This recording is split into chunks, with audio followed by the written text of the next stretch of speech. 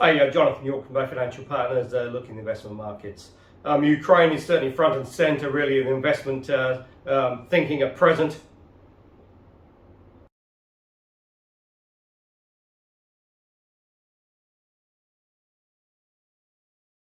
What's quite interesting, obviously, equities have been hit, Dow down around another 650 odd points this morning.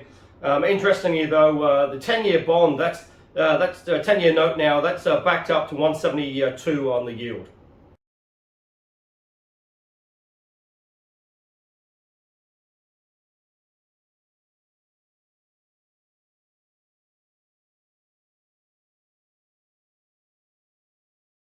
Now, if you look at that a couple of weeks ago, that was trading above 2%.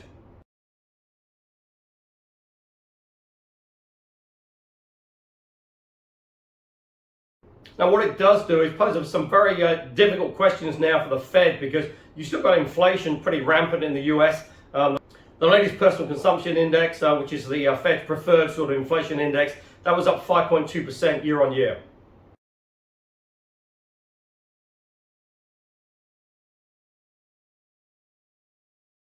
Whereas income was still flat.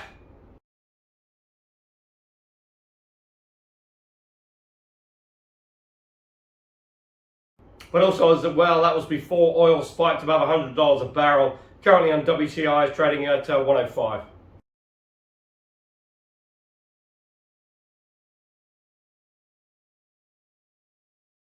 So the Fed's meeting in March is certainly going to be very interesting, because, as I say, you have got, not quite rampant inflation, but certainly pretty strong inflationary pressures coming through in the economy. That's likely to just get worse over the sort of short term, with oil sort of spiking. But yet you've got obviously the conflict, and potentially sort of nervous times. Confidence is down, business confidence is down, and I say that 10-year note has sort of fallen to 172 now.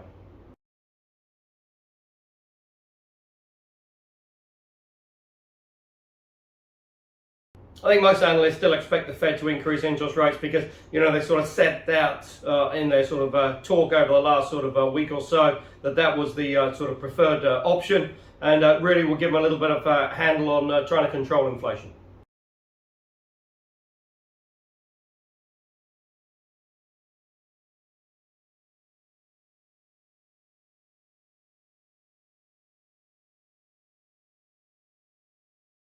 But then what happens there could be very interesting, because some banks were looking at maybe 7 or 8 hikes this year, and certainly with interest rates falling, and if confidence does start to fall, then that's highly unlikely.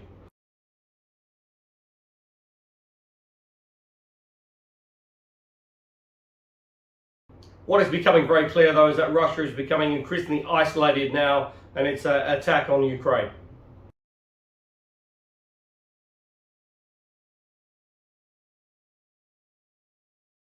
It's been removed from SWIFT. MasterCard and Visa have announced that they're going to cease Russian banks from there. You also got obviously sanctions coming through. Russian interest rates have jumped from 9% to 20%.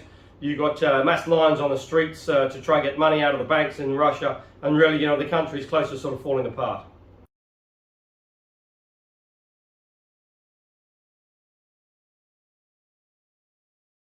Well, ahead you still have Vladimir Putin, who appears to be becoming sort of a little bit detached from reality. And what really was pretty nervous and worrying was when he put the nuclear sort of arms on increased readiness, ready to act.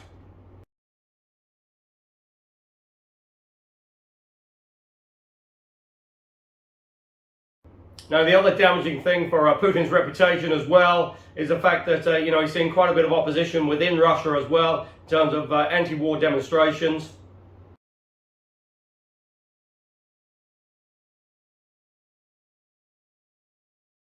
I mean, in terms of the Russian public, he really doesn't clearly doesn't care about them. They're sort of struggling, sort of day by day. But as far as he's concerned, it's all part of Mother Russia and sort of moving forward.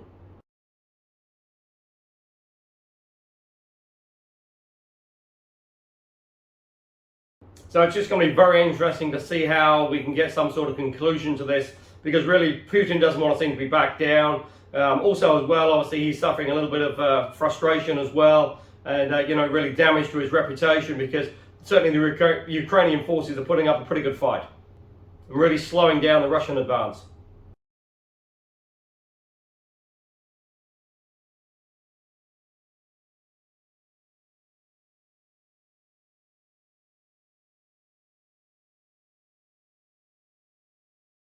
So as mentioned, oil has spiked above $100. WTI is currently 105. But again, what could be interesting now is that, certainly OPEC has got a little bit of excess supply out there, and you would hope that they would start to sort of turn on the taps for that. But also as well, there's quite a few of the US shale operations that really could be turning on their taps now, having been sort of closed down. And, certainly that would be increased revenue for them, but would also obviously help bring down the price a little bit as well.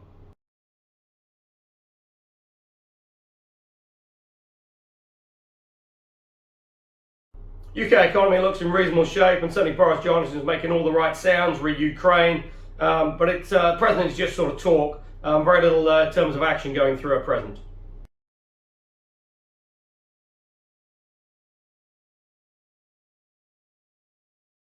We're seeing quite a few of the big Russian oligarchs have a presence in London. Obviously, most notably would be Abramovich with the ownership of Chelsea Football Club.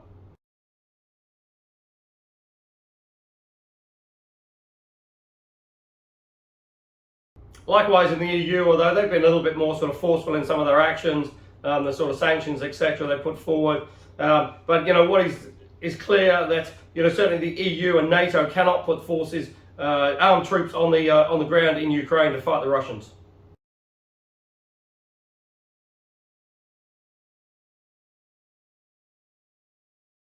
Although we have seen a mass build-up of NATO troops on the Ukrainian-Polish border.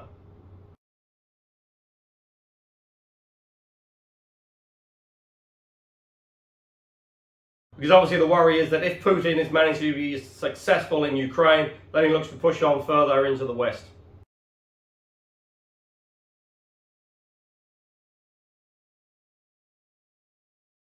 Now in Australia, with the opening up of the borders, they've now been hit with a further sort of disaster in terms of flooding in Queensland and now spreading down to New South Wales.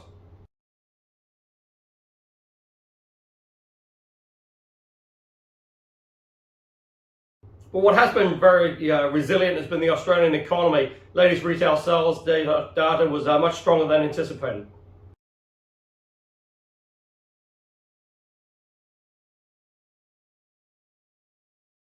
And that just goes to back up the sort of theory that, given all the lockdowns from last year in New South Wales and Victoria, there is quite a bit of pent-up sort of savings and demand ready to be unleashed in the Australian economy. And when you add that to sort of tourism coming back as well, although it's not going to be an opening of the floodgates, but it's going to be a steady sort of trickle, that all bodes pretty well for the Australian economy.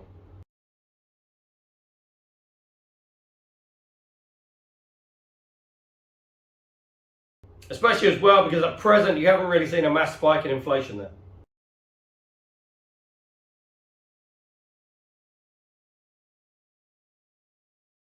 Now here in New Zealand, the government's under sort of increasing pressure with its sort of Omicron response.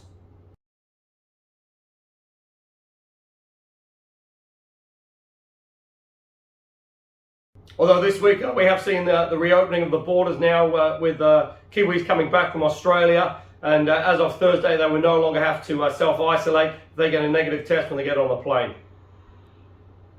And that's sort of quite ironic because at present there are more cases in New Zealand than there are in Australia.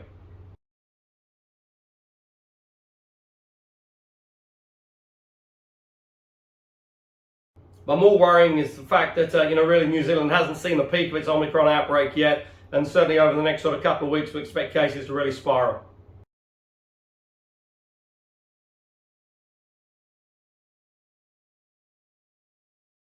So the government's certainly trying to scramble to sort of gain back a little bit of popularity, because certainly it's been sort of suffering in the polls a little bit.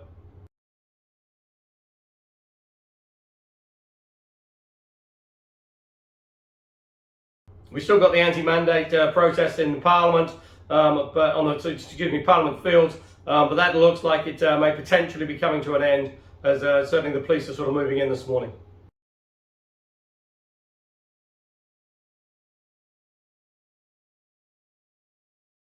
But then there's a further blow. It's come out now that the government and authorities were underprepared for the amount of testing that was going to be taking place, and at present the labs are running about 7 to 10 days behind on the results.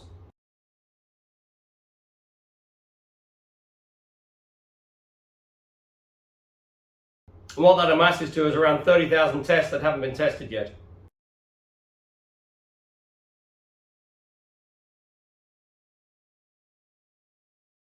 So when you're looking at nearly 20,000 cases yesterday, if you've got 30,000, if you've only got 50% of those that are positive, that's 35,000 cases.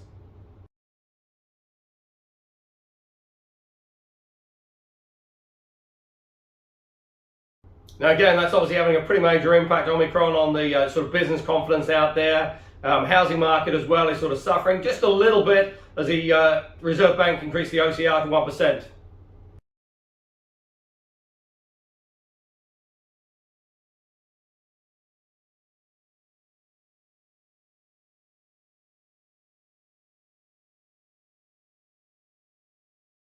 Now again, as with other central banks out there, sort of forecast for year end OCR is anywhere between sort of 2.5% to 3%, which is probably pretty much priced into the interest rate market at present.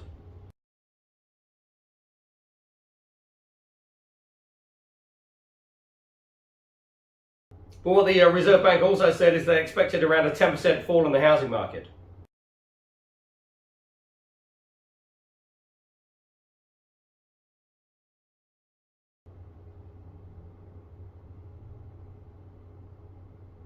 So now if you've got a falling housing market by say 10%, business confidence down, consumer confidence down, potentially you could make a case for an interest rate cut in 2023.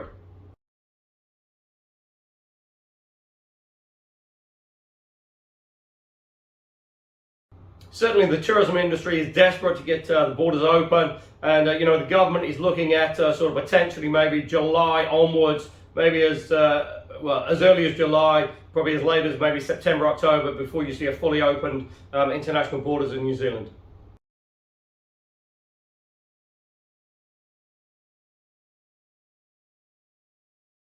So certainly New Zealand faces a pretty tough next sort of 2 to 3 weeks. But if you are looking for income options, there's plenty of alternatives available out there. Go to the website www.bayfinancialpartners.co.nz for lots of interesting articles. I'm looking forward to speaking to you soon.